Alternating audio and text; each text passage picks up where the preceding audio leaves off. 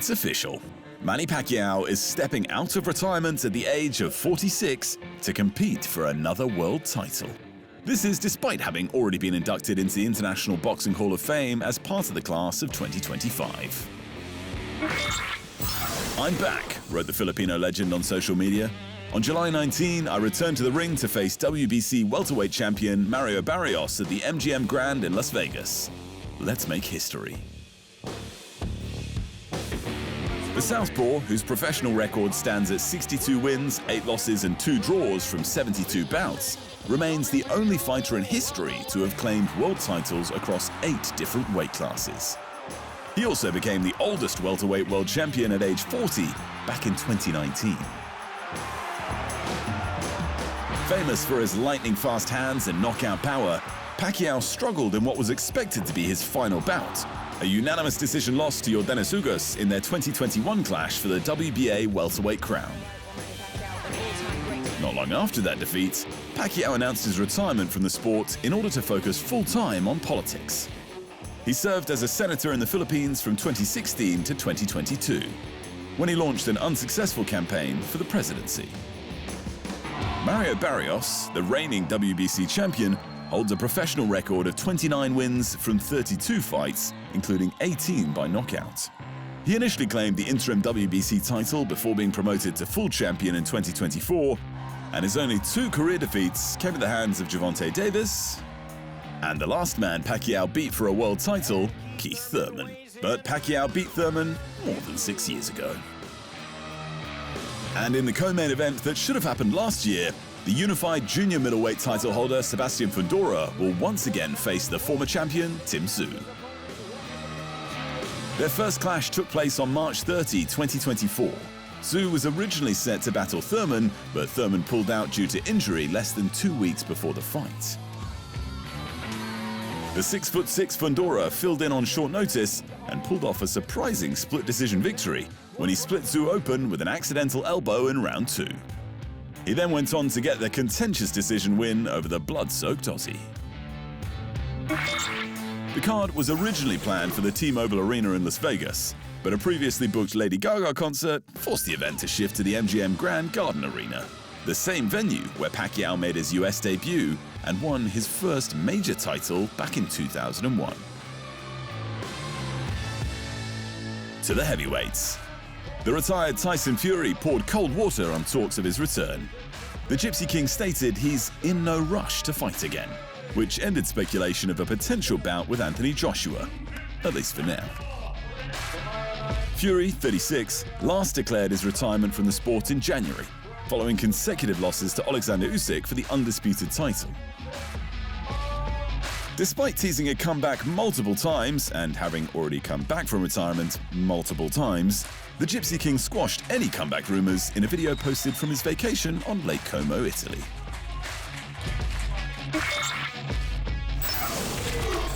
Good morning, people.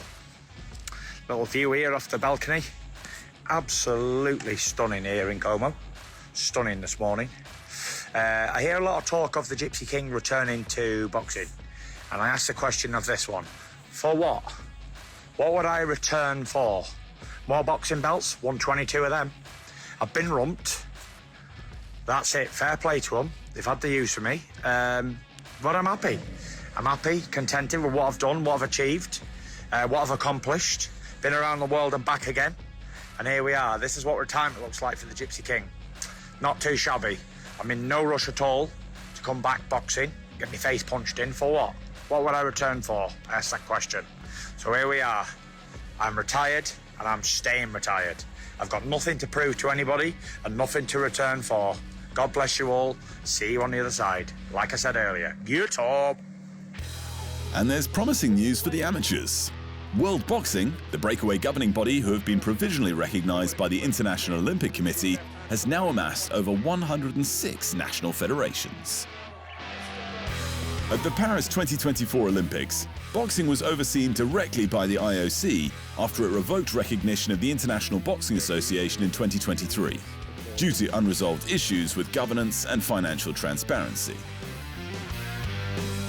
World Boxing was quickly formed in response to growing fears that the sport could be dropped from the Olympics entirely.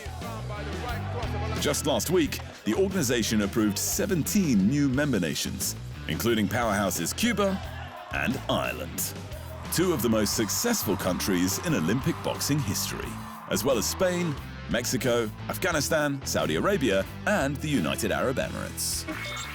It means that, with the exception of Russia and the Soviet Union, world boxing's membership now includes the 10 most successful countries of all time in Olympic boxing and 10 of the top 11 medal-winning countries from Paris 2024. So hopefully, boxing is back in the Olympic business for good. And in sad news, Italian boxing legend Giovanni Nino Benvenuti has passed away at the age of 87. Benvenuti captured Olympic gold at the 1960 Games in Rome, where he was honored with the Val Barker Trophy, awarded to the tournament's most outstanding boxer. That happened to be the same Olympics at which Cassius Clay, who would later become Muhammad Ali, also won gold. Following his Olympic triumph, Benvenuti turned professional and claimed the World Super Welterweight Championship in 1965 by knocking out fellow Italian Sandro Mazzinghi.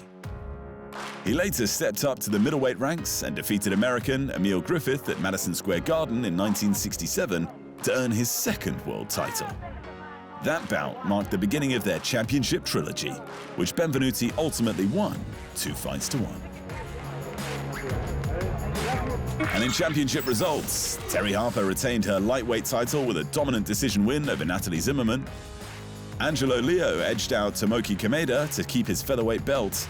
And the strawweight champ Pedro Taduran scored a split decision win over Jinjiro Shigeoka, who was stretched out after their rematch.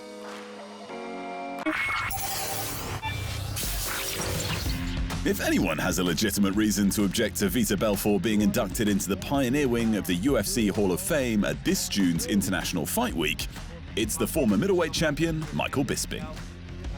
Steroid cheat. Bisping, a Hall of Famer himself, suffered a severe eye injury from a head kick during his 2013 loss to Belfort. The damage eventually led to total blindness in that eye, which has since been replaced with a prosthetic one. But for Bisping, it's not the injury that stings the most. At the time, Belfort was competing under a therapeutic use exemption for testosterone replacement therapy, a then permitted performance enhancer that was outlawed the following year. Was he a massive cheater? Of course, said Bisping. Did he take a lot of steroids? Of course. Were there a lot of other people doing that at the same time? Absolutely there was. I get it. And while it was legal, he may have a point.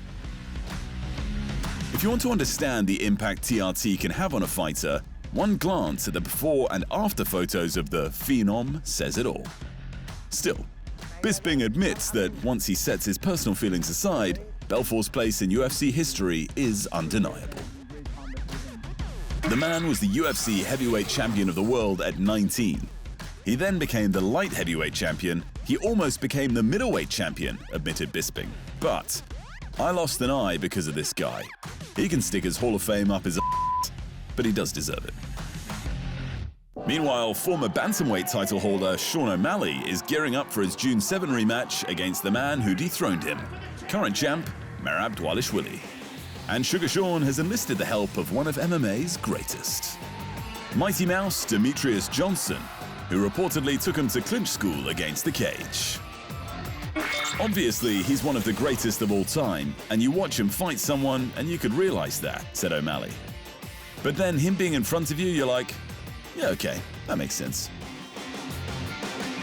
Improving his clinch game will be crucial for O'Malley if he wants to reclaim his title. Dvalishvili has overwhelmed his last 12 opponents, including O'Malley, with relentless grappling and clinch pressure. Then again, Dvalishvili recently posted a photo of a badly swollen pinky toe, which sparked rumors of the bout being delayed. According to his coach, though, there's no chance of that happening. That's just Merab being Merab.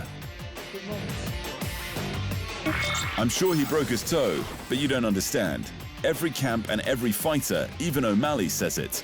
Everybody is banged up. Merab likes to post about it a little more than everybody else. It's all right, though. He's all good.